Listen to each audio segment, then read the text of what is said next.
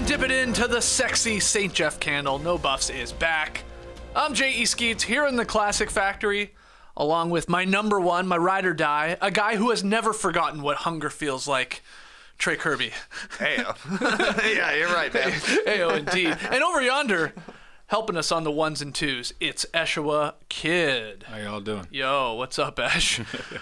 We are here to recap episode 8 of Survivor 45, titled Following a Dead Horse to Water. Bruce dropping that line early in the episode. Shout out to the live tribe joining us right now on YouTube. Take a second, smash that like button, make sure you subscribe, share the show with your friends. And if you're loving this season's No Buffs podcast coverage, leave us a 5-star rating and review. Before we get into scene by scene of episode 8, TK, sounds like you are in agreement with our guy Dalton Ross at EW, calling this one of the greatest episodes of the new era. You loved it. Absolutely, Skeets. I was 100% in on this episode just for bringing back the Survivor auction. Yes. If they did that, I was happy. They made the auction better somehow. Got rid of the advantages, which was cool. I love the twist of everybody having to run through the jungle and find their cash. Yep. I love the twist of all of the tubes have different amounts of cash in them. I thought that was great. Jeff was hilarious in this episode. Yes. The best acting jobs we've ever seen from Probst. I thought the way he was yes, no, yesing, all of the different items coming out. The stab of the rice, a great twist, and it looked awesome. We had a player ready to be voted out, come through clutch, winning immunity. That's always funny. Yep. And then we had a monster blindside at the end. I think this is easily the best episode of this season, which I think is pretty consensus at this point. But I don't know. Off the top of my head, I don't know an episode that's better from 1, 2, 3, 4, 5 of the 40s. Action-packed, no doubt. So let's get into all of it. Night 14 is where we start. Everyone happy they made the jury. Drew is extremely happy that Emily voted with him and voted his way. Then we get the second tribal council crew coming back. They head home, and Jake is upset that he voted Julie. We obviously got the flashback on the last time on Survivor showing him going, Julie, I voted for you. We'll talk about it. But Jake tells us, look, 10 people aren't all on the top. This episode was a lot of Jake saying, come on. Play the game of Survivor. Let's go. You all can't be in the driver's seat. And we get Jake apologizing to Julie for lying to her face. Also, I thought a really good scene within this great episode. I know it's early on, maybe gets forgotten, but I liked how they were both playing it. Jake apologizing, Julie taking it, but sort of like they're still playing the game and we'll probably be doing it again to each other at some point. Yeah, exactly. I was like, I kind of thought Jake was putting his foot in his mouth the entire time he was talking to Julie. But then by the end of the episode and reading kind of the reviews of things today, I'm like, was this guy just, pulling a Kaiser Soze the entire episode, making it seem I am so on the bottom, I'll do anything to scrounge my way up from the top. Nobody's working for me. Nobody cares. I'm such a sad sack loser right here, only to come out on top at the end. I still don't really know how involved he was in the blindside that paid off. But if you were to go back and watch the whole 90 minutes, it feels like an entire through line. Jake pulling the rope-a-dope, basically, sort of, until the end.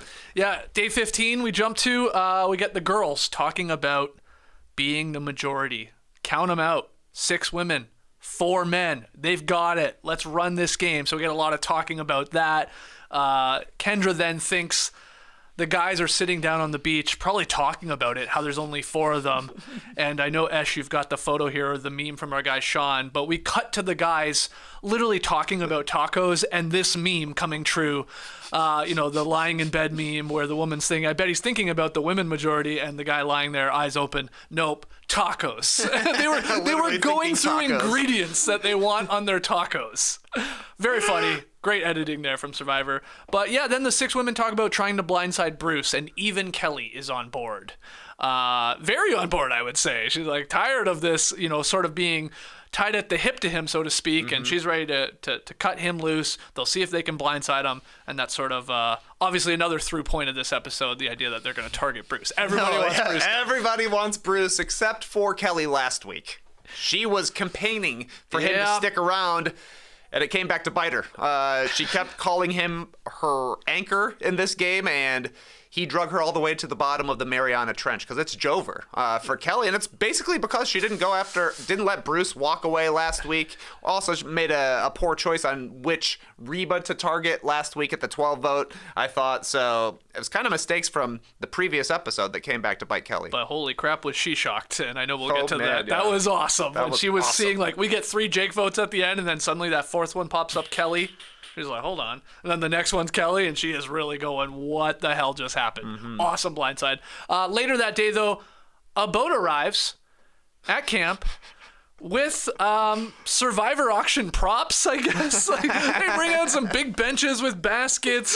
Everybody's going, what the hell's going on here? And yeah, we learn the auction is back, or they learn because we knew it was coming. And you're going to have a chance to bid on food items, but you need the cash. So one of the first twists for the new survivor auction is, scattered out in the jungle, 40 bamboo tubes, each containing cash. You can only grab one at a time. Got to bring it back, put it in your basket, and off they go. Everybody, except for Bruce. Bruce slow plays it, wants to get his shoes on, wants to stretch a little, and he doesn't see what's the big deal. So in the end, they all get their tubes. I mean, again, remember we were saying last week, next time on Survivor, we saw Jake grabbing something from a tree. We're like, what the hell is that? He found like a scroll, it looked like. So that's what these tubes were. And we go into the commercial break, D with $900, Austin with $700, a lot of people with like, $500 to $300, somewhere in that range, and Bruce has $80. $80. One tube only. I don't even know if he made a bid at the auction. Like, he could have got in on those fish eyes if he really wanted to when they came back up. Kendra was killing me during this scene. She's the one that reads the letter, gets it, everybody around her reads it to herself first. Yes. Like, what? Are you supposed to read it aloud? She finally reads it aloud, and then she was like posing with the parchment, like as if it were a phone, and she was doing selfies with it. I thought it was so funny. I loved, like I said, I just liked how the twists on the auction kept building. It's like, oh, we got the auction back, and now you got to go find your money. And guess what? You found all these. You actually don't know how much is in it. Let's count it up. That was great. It was funny when they were going to do that, going to get all the tubes of cash. Nora and I watching this were like, are they all the same? Yeah. Is it just how many you can acquire, and then you'll be at an advantage, or will they make them random, and there might be $200 in one and $40 in the other, and that's what they went with. So after the break, we get to the actual auction. Cool flashbacks to previous seasons. The montage of the last time they did this. Probst tells us Survivor 30, the last time we had the auction, which, man, suddenly ages me just like that. I can't believe it was like 2015. Is that what he said? That's what he said, yeah. That's Nearly crazy. A decade. And he goes through the twist. So how you got the money, that was the first big difference. No advantages. He makes it very clear. You do not need to be saving your money for any sort of advantage play. They're not in there. So we can talk about that in a second here. And the final one is, the auction will end with no warning. And the person with the most money left will lose their vote at Tribal Council. Probst does this whole rock thing. He knows the number of items. They don't. You never know when it's going to end. And if you have the most money left, you're screwed. You lose your vote. You loved all these additions, twists, whatever you want to call it, to the auction. Yeah, I was hoping that Jeff would show us his whole card, though. Like show us the number of items that we were going to be getting, the 10, because he kept it face down on the table the whole time. So nobody knew. It allowed him to play to the camera, which, like I said, I thought was very funny and actually convincing from Jeff. I see a lot of people have been saying the auction was kind of ruined for me because whoever had the most money at the time was going to be getting that item, and they didn't really care what it was. Right. I'll say you're right, they didn't care what it was because it was food. So everybody's like, hey, is that food? I'll pay everything I have to have food and keep my vote. I'm not watching the auction personally to see like the bidding strategies between the people. I just want to see them have fun, get food, and then some people get suckered into eating a gigantic fisheye. That is like classic to me. Like my favorite moment in all of Survivor auctions is Woo watching somebody else eat guacamole and say, get a fat dip of that guac. There's just so many hilarious moments that happen that I was okay with it kind of just being like, whoever had the most money, you're getting the next thing that comes out. Yeah, and the reason we haven't seen the auction since Survivor 30 is it was also broken because there were advantages and everybody was just waiting to try and buy an advantage and forget about the food, and then there was pooling of money, and it was just like, it didn't really work anymore. So these were great, additions, tweaks, whatever you want to call it. And I think it was a very entertaining segment here. We can quickly go through it. Item 1, pretzels and beer.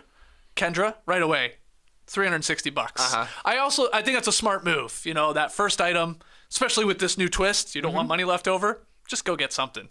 Get whatever it is. Fine with me. She was very happy about the beer. We even get the little flashback later on, how it reminded her of her biological father. Yeah, that was nice to see as well. She seems nice. Item 2, I popped for it. French fries. Oh, man. French fries, ketchup, and a Coke, I guess, or a soft drink. Kelly goes $500. I think that was maybe my favorite item. I'm a big French fry. That would have been good. That would have been a good one. Yeah. So she gets that. Item 3, covered. So our first covered item, I was hoping Probst would do that. He did. In the end, Emily gets it, $440, and it's a charcuterie board and wine. And is that your favorite of the bunch? I mean, that's a good one, too. That looked like a lot of food, but it wouldn't be necessarily too heavy on your tummy, I don't think. I mean, maybe some of those soft cheeses. those wouldn't really add up. But yeah, Emily eating it and dancing, literally twerking to all of the other auction contestants was hilarious, to the point where Jeff is like, Emily, who are you? Oh, this is well-fed Emily, Jeff. I thought it was great. And it looked good. It looked all right. Emily, the geek in a classic teen movie that takes off her glasses and lets her hair down. Like, whoa, Probst couldn't believe it. Item 4, chocolate milkshake. D, $900. That's an expensive milkshake. I don't even love milkshakes. I would never pay that much, but I don't think I would want it in that scenario. A $900 milkshake, and like that one to me is one that you would be feeling afterwards. Yeah, I would think definitely. So. I would think so. Item 5, it's covered again, and poor Katura. She even knows it. She's like, I'm getting screwed here, but I just got to go for it, and she pays $480. And we get our first crappy item, 2 giant fish eyes. These were not medium-sized fish that they sometimes try and give these people out there. Just giant fish eyes, and she licked it, I guess, took a small, tiny bite. It was, nah, I'll pass. That was like trying to get Ada to try a new food. What is the smallest bite you could possibly take to still be considered eating the food?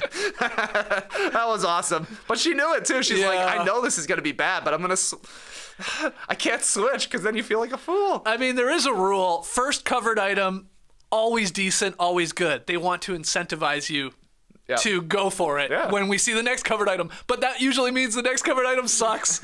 She knew it. She still played the money. At least she didn't lose her vote, I guess. But in the end, she passes. Austin says, look, I'll take him. I'll take him for $100.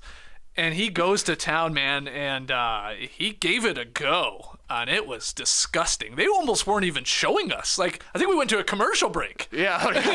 Come back. He's going to bite this. Yeah. And he's trying to say it's like sashimi. Yeah, right. And he didn't even, he gave it a go because he's on Survivor, but those fish eyes then sat there and just had flies all over them. Yeah, absolutely. He's like, I guess I'll take this back to the bench with me. Yeah. I didn't see him going back for more bites, but he had a lot of money.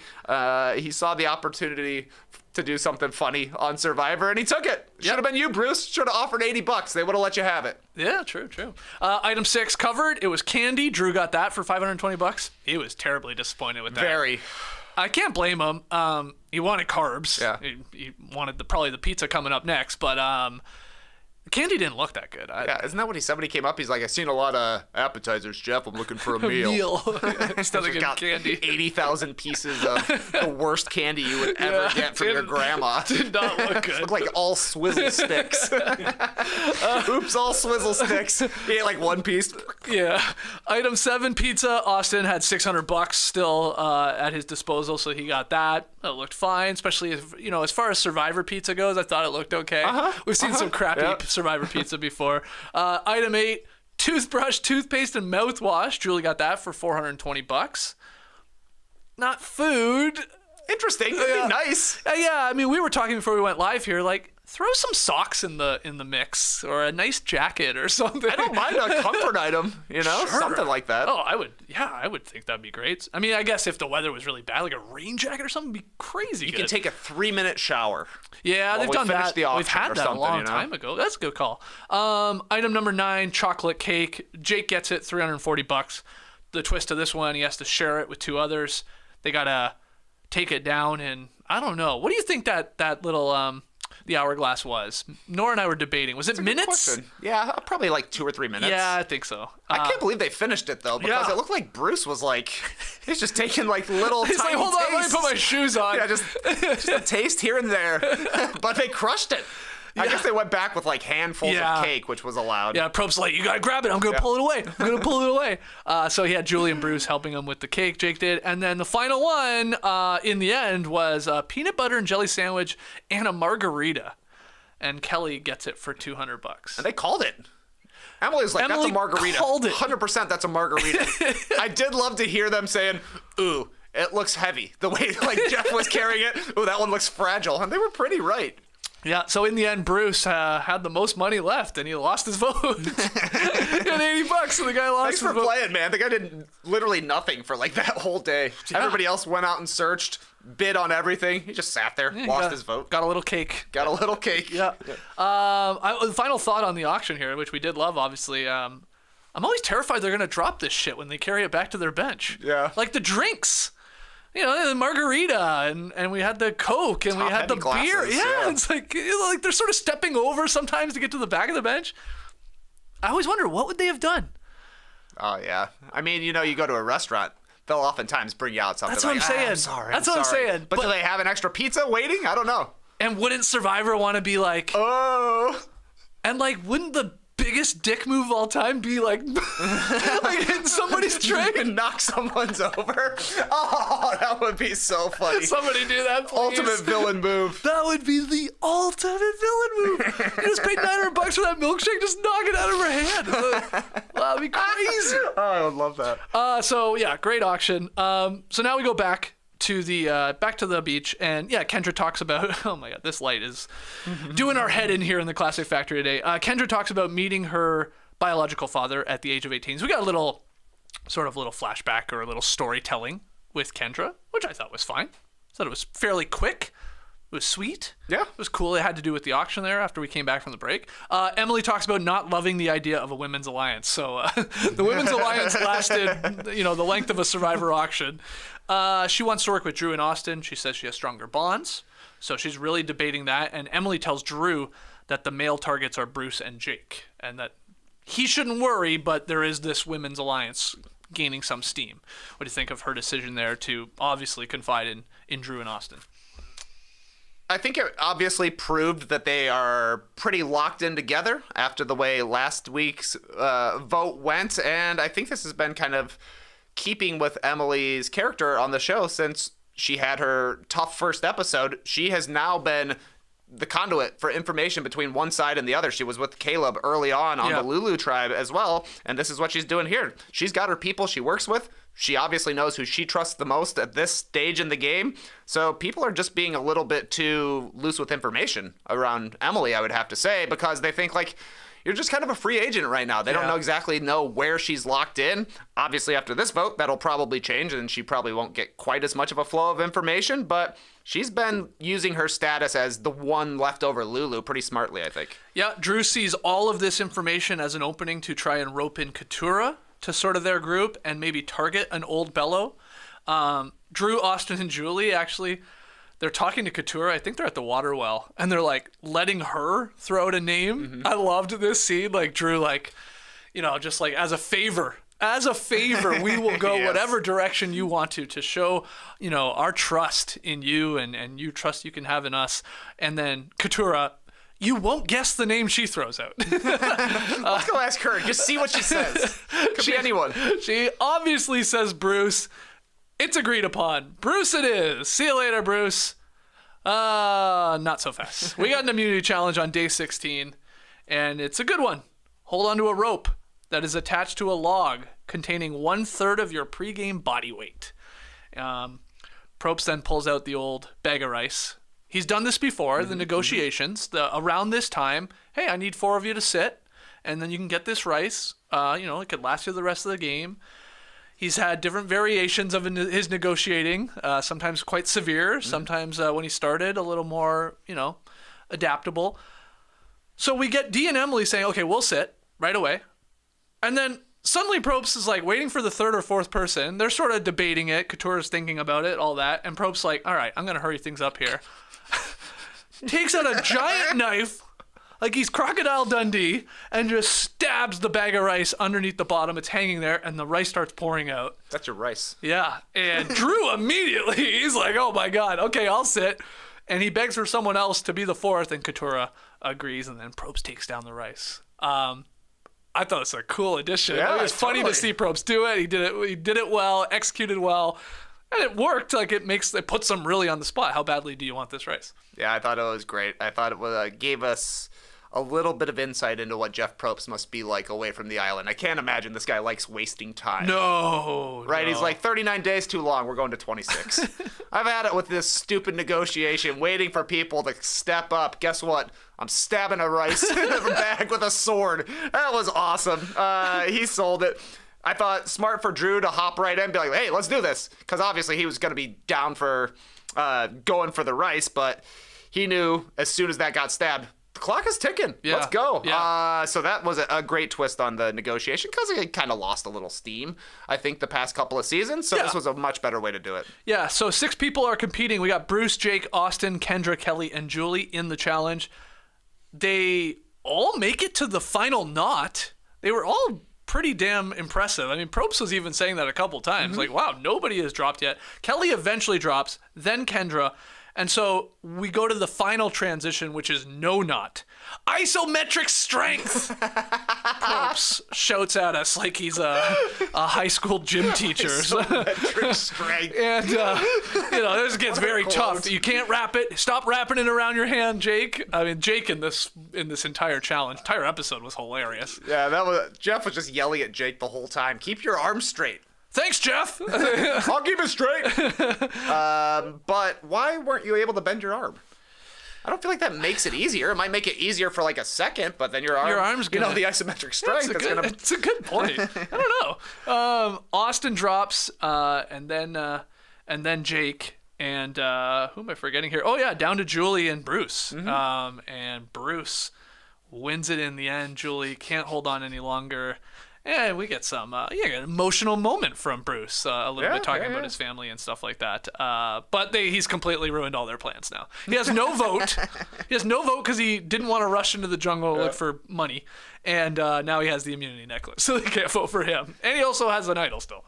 Having the all-time most chill tribal council of all time. I'm just going to sit there and hear what the people have to say. But I thought it was a cute moment where he's like, I saw that I had yellow, and my daughter likes yellow. So I decided to win. Okay. Also, we talked about it last week. I'm pretty convinced Bruce has no chance of winning this game, and I feel even stronger about that. Did anybody celebrate him winning?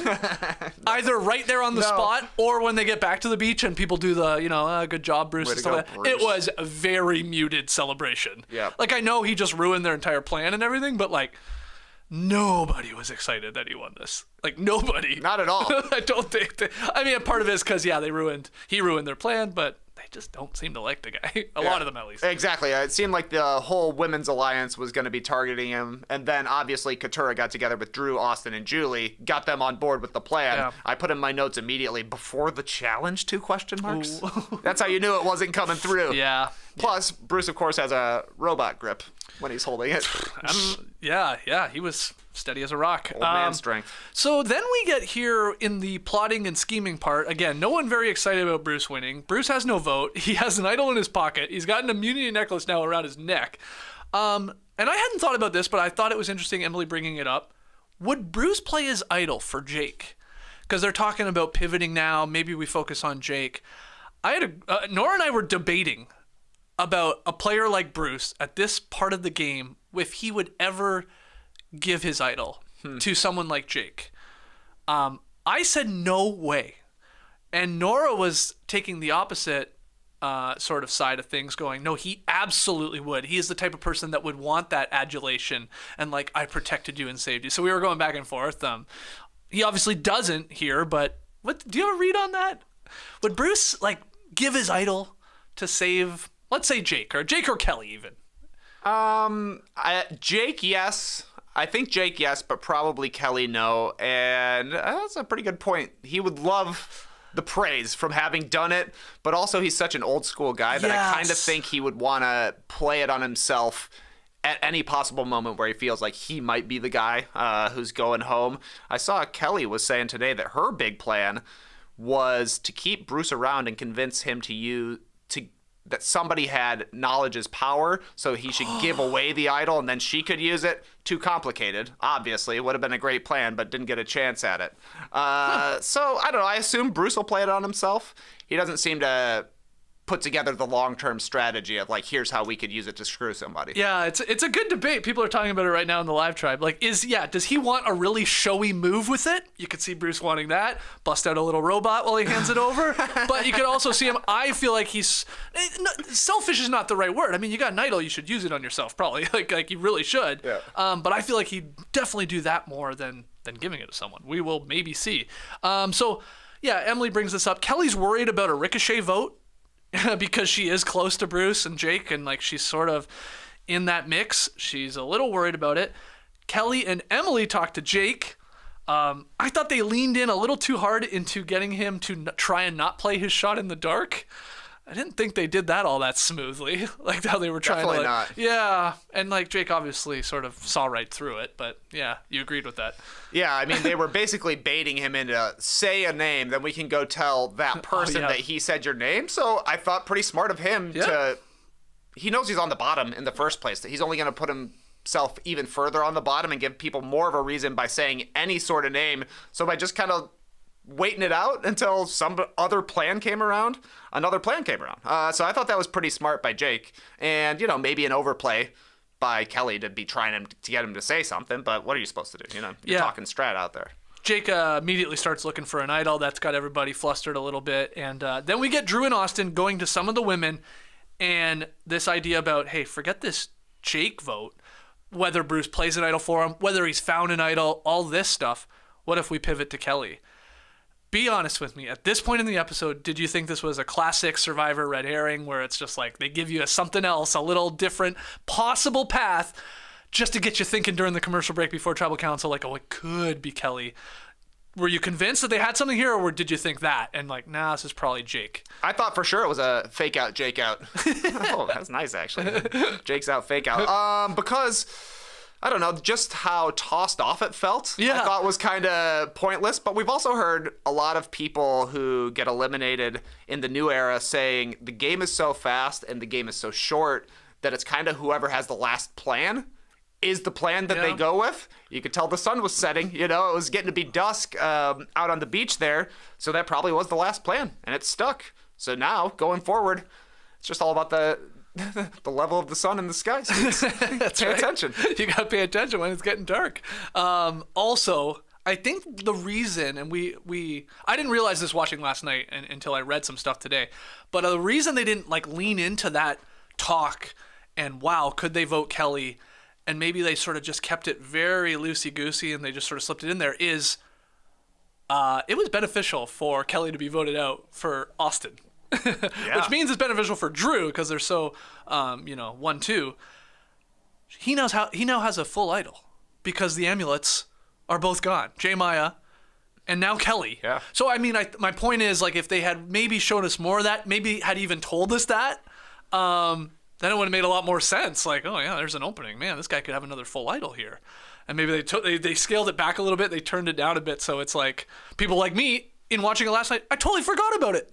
They didn't even say it, right? They did not mention it once. I don't remember the amulets coming up. I was the same. I was like, oh yeah, he has a full idol now. And you're right. If Austin had like mentioned in a confessional, if he had said something in the meeting down at the beach, it definitely tips you off a little bit more that they're going to actually be targeting Kelly and trying to make a move here rather than just throwing a plan together at the last second. Yeah. So yes, Austin has 2 idols now. because he's gotten this full strength one because of the ambulance, and the other people that had him are gone out of the game, and he had one, of course, that he worked very hard to make into a full idol. So yeah, he's got some power. Obviously, Bruce has one as well. So night 16, Tribal Council, Caleb chilling on the jury. He's there. He looks a little shocked that Bruce won immunity, or at least he's pretty excited how this is going to go down. Yeah, Bruce brags a little bit, I think. He wanted Probst to, like, clarify that... I was a little confused. He wanted Probst to clarify he was one of the rare people to be at Tribal Council without a vote, but with a necklace. Yeah. So he was safe. Is that what he was asking? I think so. Check the stats. I think he just wanted to say something since he had nothing else to do at the Tribal Council. Yeah, so yeah, Probst does a little fake little computing and yeah. Yeah, Bruce. Yeah, Bruce, you're cool, man. You did it. A lot of talk about the rice negotiation. And then we have Jake asking Jeff if he can make a pitch. Probst says, of course. And then Jake, like, really struggles to, like form sentences and like, make his pitch and, like, formulate whatever he was trying to say. And that has everybody wondering, like you just said off the top of this episode, like, was he faking here? Did he just, like, stumble? Is he, like, obviously he's hungry and tired and all that? Was it just that? He didn't want to, like, step on people's toes? I don't know. Well, I don't know what was going on there. It was really weird, but I was like, this guy's a lawyer? He was really, really struggling with it. He was really, really struggling with it. It felt like a real struggle to me. At one point he says, I feel like everybody's lying to me. So it kind of felt like he was spinning his wheels. I don't think he was part of the get-together on the beach. I don't think so. Right? He played his shot in the dark, so he was feeling like he was on the bottom still, lost his vote, so maybe that's why they didn't need to include him down there. But I, at the very least, thought that he was really struggling to put it together, and he was likely going home. You also saw his reaction when it turned out to be Kelly. He seemed legitimately shocked. Yeah. So I kind of think he was just as shocked as everybody else. All right. Some people think he is a thespian. That he was acting there. Well, I think that maybe the one part he was acting about, and he seemed to play it perfectly. And again, he sort of stumbled when he was saying it, and all that was the idea of, like, if I play my idol. It got some reaction, at least in the editing. That was a nice from little people. slip in. Yeah, he made it seem like he didn't mean to say that. I think that was actually all planned by him. I don't know about that first part where he was stumbling over his pitch. In the end, he decides to play his shot in the dark. There is no idol played. He is not safe. Jake gets the first 3 votes. I mean, you're definitely sitting there going, all right, Jake is going home. He's probably getting enough votes here. And then that first Kelly vote hits, and that shot of Kelly seeing it, like, because she had just, like, they went to her, and she was like, because the third Jake vote came up, and she's like, ho-hum, and then she sees her name. Oh, so good. And then the second Kelly comes up, and then it's like, uh-oh, I've been blindsided. Yeah, once they started piling up, she, like, turns to Austin. Did you do this? Yeah. That was savage. And then you even get, was it Jake? He goes, people are playing Survivor. He says that too. Yep. Kelly voted out 5-3. There's only 8 votes last night because no vote from Jake because he played the shot in the dark. No vote for Bruce. And she is absolutely stunned. Whoa! I mean, whoa. What a reaction. Everything Jake says and does is so funny now. Very funny. It's so good. But this was a true incredible blindside. I think, of course, for Kelly and for a lot of us watching last night as well. Yeah, they definitely camouflaged it pretty well from Kelly and then from the viewers. So, yeah, that's why I love this episode so much. And, yeah, I don't know. I mean, sad to see Kelly go. I thought she was a potential winner for sure. But then I go back and look at, like, her voting history. She barely voted anybody out because they won so many immunity challenges, or I guess didn't lose so many immunity challenges early on. But that's the thing. When you don't go to Tribal Council all that often, it's hard to actually know where you stand and where everybody who's actually together. So I think she kind of got caught in that way as well. So the 5 votes, just if you're keeping track, it was that core 4 of Reba that have been tight this entire game. Austin, Drew, Dee, and Julie. And then Emily was the 5th vote for Kelly, obviously pairing up with them. Everybody else was voting Jake or didn't have a vote. I know Christian Hubicki was tweeting sort of last night about the idea, and this is a real twisting of the knife.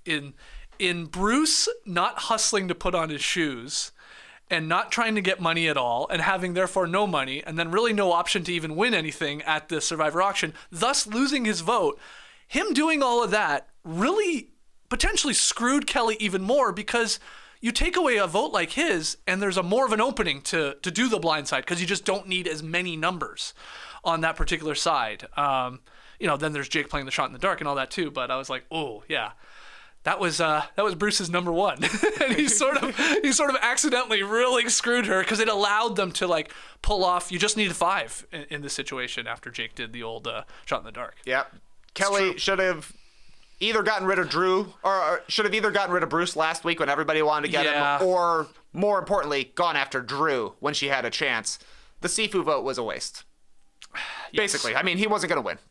Yeah. Drew obviously has a pretty good shot to win, but he basically came to Kelly and was like, I'm fine with anybody, including Sifu.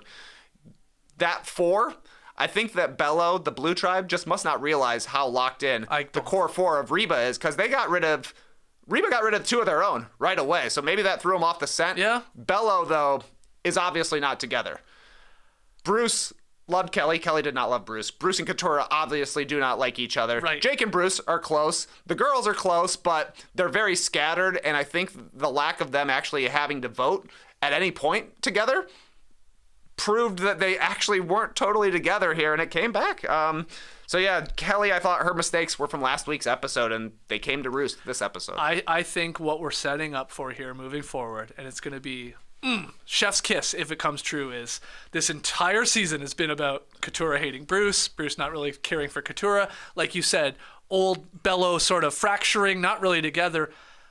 They almost now have no choice but to vote together. They have to. Or they are really probably screwed here against that other side that is pretty strong, and they have all those all the idols and stuff like that too. So I'm just like, it'll be amazing if Katurah and Bruce have to work together, and this guy's, I mean, look, she hates him and he is hard-headed. Like, would he ever actually do it?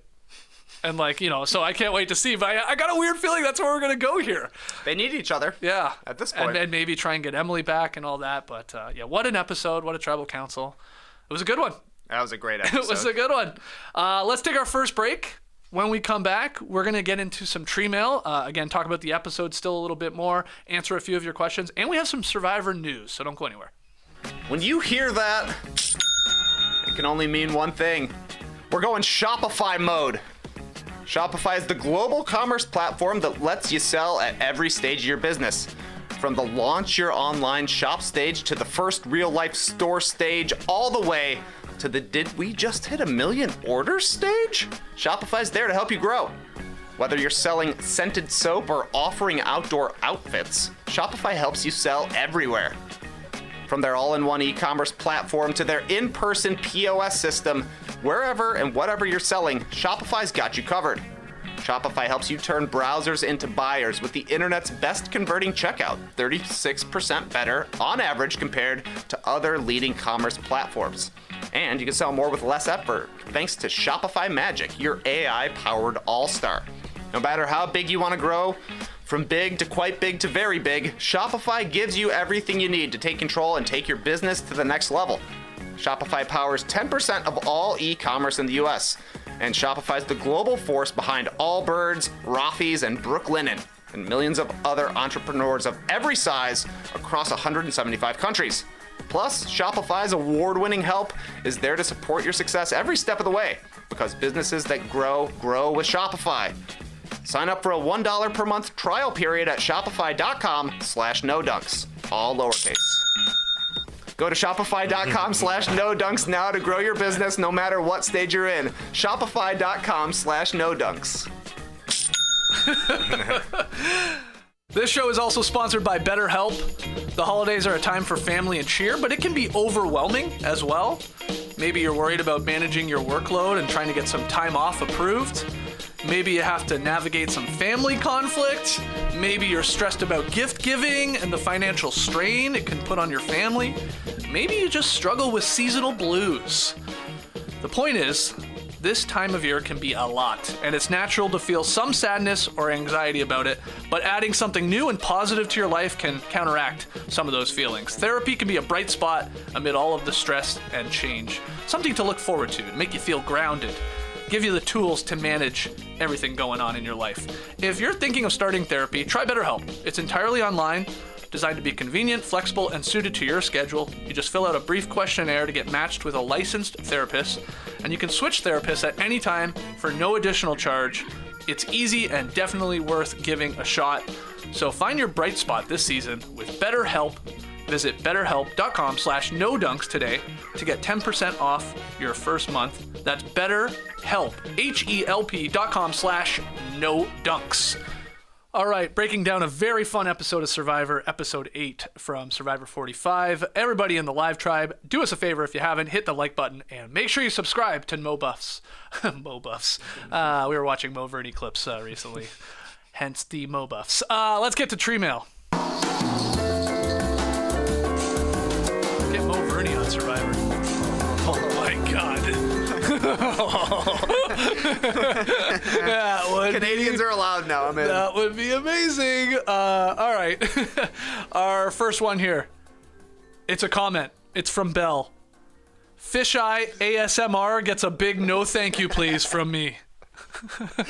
Fair. Yeah. Yeah, that's fair. Yeah, Nora was not a fan of it either. Either the sounds, the sights. You could almost smell it. Yeah, they were comical looking. Like they looked like they were made of Jello or something. Apparently, they were ruby snapper eyes. Oh, have you ever caught a ruby snapper? No, they're 1,000 feet deep, Skeets. Oh, jeez. I'm more in the 20-foot range. Okay. Well, sticking with the auction here, Mike says, did anyone else find the peanut butter and jelly pairing with a margarita odd? I've never thought to slam a margarita while enjoying an Uncrustable.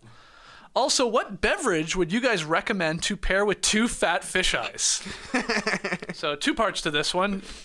You know, PB&J, yeah, and a margarita don't usually, that was surprising. Don't usually go hand in hand, but okay. But do you have a nice beverage you'd like to pair with a pair of fish eyes? I think lemonade. Okay. I don't know why, but it's salty, crunchy. I feel like I would want the sweetness to kind of get the fish eye out of my mouth. Tough call, though. Yeah, I almost want like a shot of bourbon or something. I want us to have some strong alcohol to maybe disinfect the taste of these things. Yeah, that's a good call. Like a chaser, basically. Nothing salty. Yeah. Ugh. I don't know.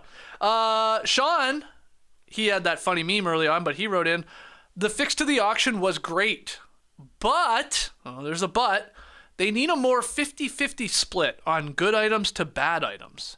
Having a choice to take a bad item or risk no vote is far more interesting. Does Sean have a point here? Can we make this auction even a little bit better? Were there too many good things? Or was it, not bad? Like how many bad... There was one bad item? The eyes? Is that the only one? I mean, the candy was not a great get. No, but obviously, yeah, it's candy. It ain't fish eyes. Yeah, I guess you're right. Sure. Give me one more. No, you're right. Give me one more bad item and one more comfort item. Okay. Yeah. Maybe a little more variety, but I just like the general idea of today is all about having fun. That's kind of what it was. Yeah. Run through the jungle, then come eat some food. It's a good point. They put them through a lot out there. Yeah. And some of these challenges and stuff like that. And day 15 was a chill day. No doubt. Especially for Bruce, as we went over. Especially for Bruce. I am with Sean, though. On one hand, it's a real dick move to do, like to have crappy things. Great television, no doubt. You imagine one of these years, like it's just all bad? All bad. One good. Ooh. Okay, We're bringing back all of the classic disgusting things from Survivor for this auction. Like whatever that blood milk drink they had was. That was a crazy one. Balut was a classic one. What's the weird slugs? Bat soup or whatever? Bat soup. Oh, bat soup. That looked disgusting. I think I would rather eat fish eyes than bat soup. But was that Shambo? Did Shambo have is that right? Bat? Yeah. I think so. That's all hairy. Oh yeah. That's probably the grossest. Yeah. Do all that and then throw that bowl of candy in there and it's looking good. I do like starting off with like a bad item and then another bad item and another bad item because it's like they're going to convince themselves like people playing roulette that it's like, well, it's come up black 10 times in a row. It's got to be red next. Got to be a good one. Has to be red. Has to. And no, it doesn't have to be. Just keep it up. Yeah, but just keep them coming. Do it, Probst. Zachary had a lot of great questions. I picked this one. What Survivor classic, besides loved ones visits, would you like to see return? Zach's choice would be the Endurance Final Immunity, which, we're big fans of here. just put your hand on a statue and stand there for Love it. 10 hours. But are there any other Survivor Classic bits, games, whatever that you want to see come back? There was a lot of things from the early seasons that I would love to see come back. Hands on a Hard Idol. I think they should do it. That's a cool one. I know that they don't like these potentially endless challenges, but that one just ended like randomly. Like Rudy just took his hand off as they were switching locations on the idol. That was so cool. Bring that back. I also love they used to have that challenge where there would be like quizzes about about the fellow contestants. Rudy was also hilarious in that one. He would just run to every station, read the question. I don't know. Like I clearly hadn't talked to anybody about their lives.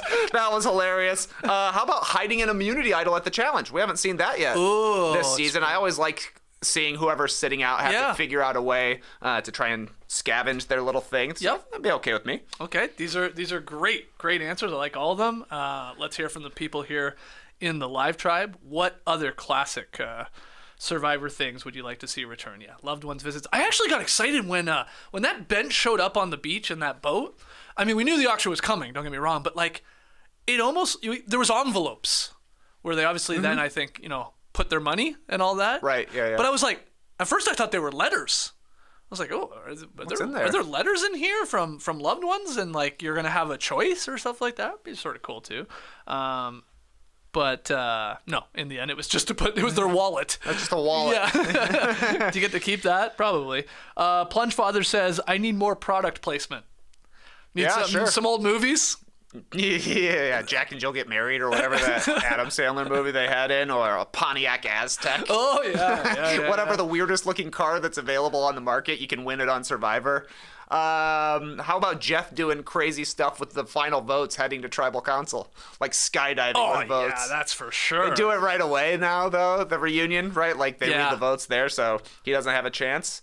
I'd also love to see some wrestling challenges. Like we haven't seen the super physical, literal fight challenges. Yeah. Maybe those may be gone, but we have some classic moments. Yeah, I mean, I think too many people are getting injured. Yes. People were taking it too far. Like way back in the day, there was that one guy, Rob. Remember he like was choking a guy? Yeah, That was crazy. Like, what are you doing, dude?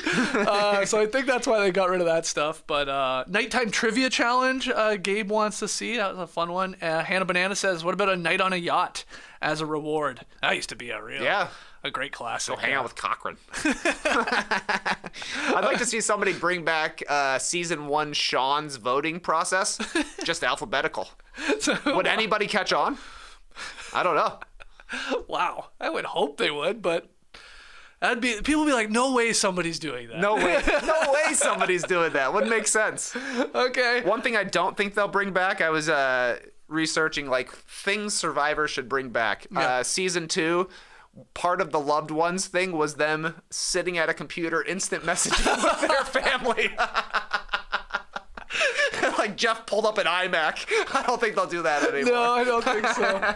Oh yeah, they used to have the phones and stuff. I forgot satellite about that. phone. Yeah. Well, remember, was it which one was the Iceman on that he won? Season 5? Was it 4? 5, I think. Like they had showed clips. They showed like video footage from home. Yeah. And he had like guy lived in like a mansion, has a super hot wife, and everyone was like, "What the hell, man? Like, why do you need $1 million?" Like, yeah.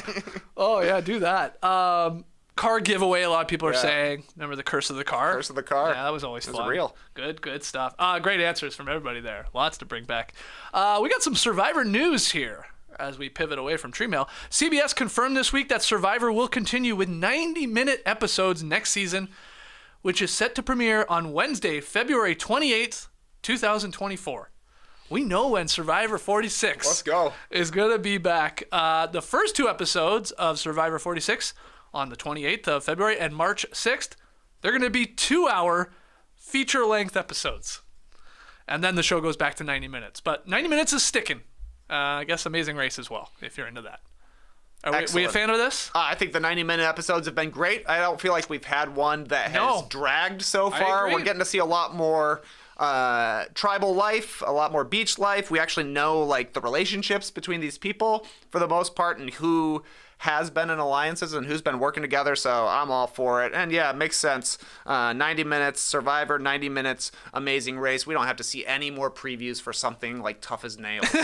Like, they just come up with the most random reality show. It lasts for an entire season, when in reality they could just split it between two successful ones. We got our hour covered like that. Yeah, it's a good point.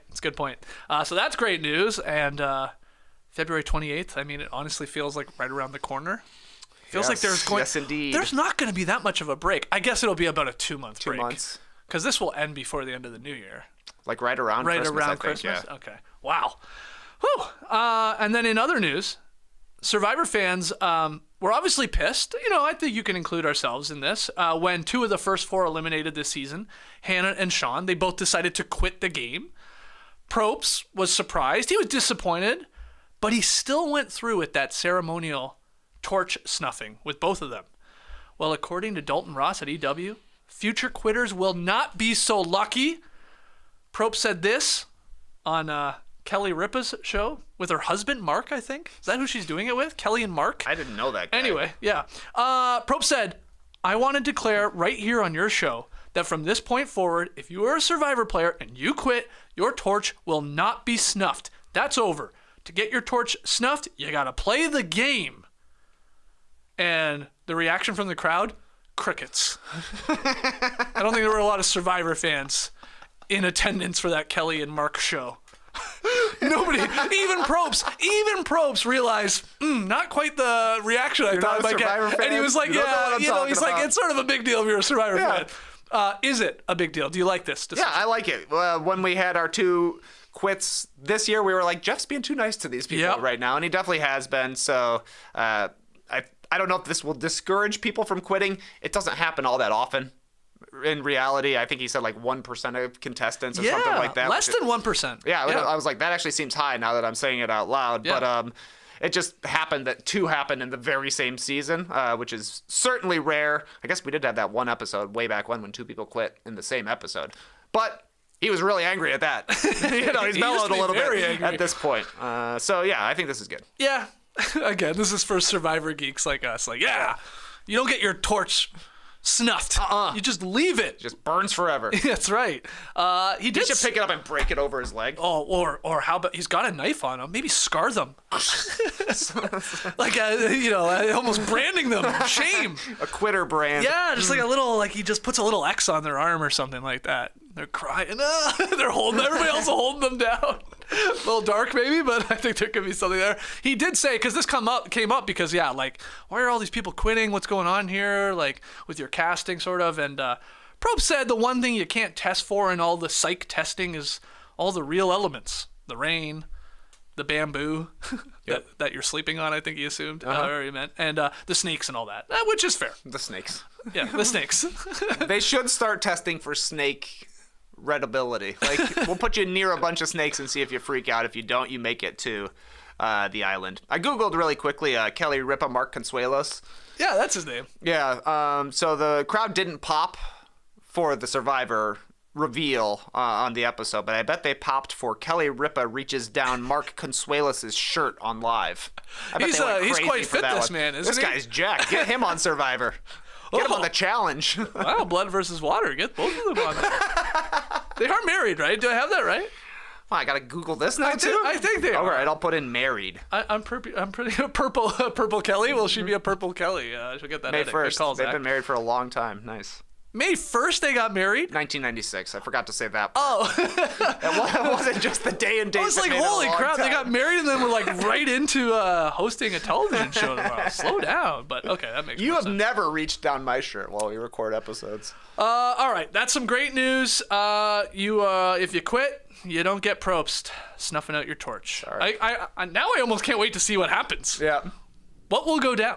Especially if it happens at Tribal Council. He like refuses to look. I'm not even looking at you.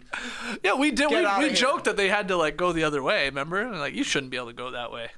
You should be able to go the cool pathway. Walk of shame. You should have to walk towards the camera and give me your buff. Yeah. That's good too. You don't get anything. Strip naked. Get out of here. Leave all your clothes. We're gonna put those on auction. Harry and the Hendersons. Get out of here. Get out of here. Punching them. All right, we're going to take one more break. When we come back, we'll look at how we did in the Make Your Picks, No Buffs Fantasy Survivor Pool, and we'll look ahead to next week's episode. Don't go anywhere. No matter what's in your closet, Indochino makes it easy to keep your wardrobe fresh with looks made just for you, from suits and shirts to outerwear and more. For a limited time, you can shop Indochino's best prices of the year during their Black Friday event. Don't wait. Speaking of Fridays, guys, how about Formal Fridays here in the Classic Factory? Huge hit. Huge hit. We're going to do it every Friday for the rest of the month. Hell, we might even just keep it going. It feels really good to dress up. Puts a little bit of steam in your stride, you know what I'm saying? Yeah. Yeah, you feel Is good. that an old-timey saying? Steam in your stride? It's the Joker. Jack Nicholson, the Joker, says it in Batman, 1989, Yes. and it stuck with me. So Yes. I bring it up whenever I can. Put a little steam. Yeah, he's talking about Vicky Vale. He says, a woman like that can put steam in a man's stride. I like it. Yeah, me too. Made-for-you suits start at just $349, and premium shirts start at just $49. Get more looks for less with Indochino's unbelievable bundles. 2 suits starting at $749 and 5 shirts at $249. Every suit is made to your exact measurements, and you can customize every single detail. Blazers, pants, skirts. Hey, I'm thinking of becoming a kilt guy. Yeah, do it. Yeah. It's just a power look. Plus, you get that little bag to keep all your stuff in. Yeah, that's a good point. Yeah. Anyway, designed and made for you. Hundreds of high-quality fabrics to choose from. Quality European wools, linen, and cotton. Design a look personalized to your style and taste without the luxury price tag. Refresh your wardrobe with the best prices of the year during Indochino's Black Friday event. Secure your appointment now with sales in-store or online right now at Indochino.com. That's INDOCHINO.com. All right, for 2 consecutive episodes, I have incorrectly picked who is going home. Last night I had Jake, and I was feeling good for a bit. I actually doubled down. Oh. Yeah, I was like, why not? Let's get crazy here. I'm way down in the rankings. So I had Jake. I had Julie as my other option, obviously. They're both still there. Did you have Kelly? I mean, how many people had Kelly as one of their picks last night? Yeah, I had Julie and Katura. I think I may have moved up like 5 spots, so I was basically Bruce at Tribal Council last night, just chilling.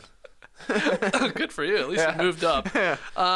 So let's look ahead to next time on Survivor. Bruce is sad that his ally is gone. Kelly is no longer in the game. Emily says Dee is too powerful and wants to target her. Austin doesn't really want to. And he says something like he loves talking to her. Is that what he says there in that little clip? It did seem like a little love spark. I know. perhaps. That's what I was trying to figure out. And then Jeff Probst tells the contestants, he tells everybody out there, all 3 will lose their vote. So what's going on here? I'm excited to see what Bruce does with Kelly going. He probably will not take this well. I'm very fascinated by where does Emily go? Is Emily seeing trouble for her if she sticks with this Core Four Reba? And will she pivot, and is she going to try and make a move here or something like that? And then what the hell is this all 3 will lose their vote? I mean, people are like wondering, wasn't it Tass this morning wondering, are they broken into tribes of 3 or like groups of 3 to compete, and like maybe the losing tribe all don't get a vote? I don't know. That would seem insane to me, but it's Survivor. Anything can happen. It's a lot of people to not have a vote. That's what I'm saying. For 9 left. A third of the tribe? Yeah, it's going to be wild to see whatever they pull. Yeah. So what's your, I don't know, prediction, I guess, for next week? Who do you got going home? Who are you voting for in our Survivor pool? I'm going to vote for a Bello. So I think So am I. I got Jake and Katura in right now. I got Drew and Kendra. Oh, but Drew's a Well, Reba, that's true. a classic Reba. He's classic It ain't going to Reba. be Drew. I don't think. I think that 4 and that 5 is going to stick together right now, and at least for the next couple episodes, pick off a couple of more Bellows here before they turn on each other. I think long term, it's going to be Drew turning on Austin will be the big swing in this season. Okay. We have heard too much from Drew knowing Survivor history. He said, I need the JT to my Fishback. He knows that JT won because Fishback never got him out. So he's going to want to right the wrongs there. He mentioned in this episode that Kelly and Bruce were a Sophie coach situation. Sophie won. That's Kelly. She's gone. Yeah. He sees the writing on the wall. Emily is in a great spot right now. She's like the double swing vote. She could go to the other Bellows. They got 4 versus this 4. Or she could stay with the 4 Rebas that she's already with, where she's the swing vote there, going between Dee and Julie or Drew and Austin. She seems closer to Drew and Austin right now, but who knows? Okay. That's a good point. So we're down to 9, right? Down to 9. 9 people left in the game. Again, Austin with 2 idols. Bruce has 1. Now, Drew has lost his safety without power. What was that? He could just leave. Without power. Safety without power advantage. That is now expired, so that's no longer in the game. So we really only have 3 things here in play, and they're all idols. But you're saying you do believe the core 4 and whoever they decide to sort of keep with them will be enough to move forward for maybe a week or 2 here. Because, like, why? What's the rush? We got the numbers, and then we can fight it out as we get a little closer. That's sort of your thinking? Yeah. Yeah, it seems like they've been locked in together to begin with, and they've been kind of calling the shots on who's going to be going home. I also think it's going to be very hard for Bruce and Katura to put the previous 2 weeks out on the island behind them and start working together. Yeah, doesn't true. seem like either of them are going to be amenable to that. Yeah, I'm going with Drew and Kendra. You're right. It is marked Drew as Bello, but he eventually got on Bello. But whatever. I'm going Drew and Kendra. It's a wild card shot for sure. I love, though, Emily, like, whatever she ultimately decides to do here, I love planting those seeds. Like, she's literally like, if you're there with D, she's going to win. Like, you can't go with D. You got to go with me. D? That's the move. Yeah. You beat me. You won't beat D. And you gotta get that, just plant that seed, get that in there. They may be thinking already. Maybe they don't. I feel like they don't. I'm talking Austin and Drew. They don't think she's a winner? I think within the 4, the 2 guys, 2 girls, my gut says those guys think because they have all these idols, because they've done some moves, maybe whoever led this one last night, it felt like it was Drew, but that they have more say, more of a resume than the other 2. Yeah. I'm not sure. I don't know if that's how other people would look at it out there, but yeah, I think they're blinded by that. I think I would agree. They think they're the power couple in that group of 4. Yeah. And at this point they probably are. They probably are. All right, let's hear everybody's prediction. Who's going home next week? What is this whole thing Probst is saying about all 3 will lose their vote? Yeah, I mean, tribal council votes seems insane to me. If there are 3 people there that can't vote. 6 votes only. That's very weird to me, but you know, sometimes they put this stuff in and it's like for something else entirely. Who knows? Yeah. So we'll wait to see. Here's the schedule for next week, though. It's Thanksgiving week here in the States next week. Thanksgiving on Thursday, which is when we usually do the show. We won't be doing that. We'll be eating turkey at Trey Kirby's house. So we will come back to the Classic Factory on Friday morning. That's how much we love you guys. That's how much we love this show. During our holiday break, no dunks. No dunks. But we're coming in to do a no buffs. Did we decide on a time? I think we maybe keep the 1 p.m. Is that what we said? I can't remember. Anyway, we'll let you know. I gotta hit up the doorbuster sales first. Gotta break down those doors. Is that Black Friday? Elmo. Yeah, that'll be Black Friday. Is that when that is? Yeah. Okay. You tickle me. Yeah. I've been trying to get one for 25 years. Jeez. Yeah, they're always sold out. They're tough to get. Yeah, that's what Probst should uncover at the auction. Tickle me Elmo. See what they do. I got you a Nintendo Switch. Kill the time out there. Yeah, it'd be nice, actually. You can play Minecraft for 10 minutes. He starts the timer. Just building like crazy. All right, guys. So, yeah, back on Friday. We'll let you know the time. It'll probably be around the same time, Friday afternoon, early afternoon, East Coast time. But make sure you like the video, subscribe, leave us a 5-star rating and review. And until next week, until next Friday, the tribe has spoken.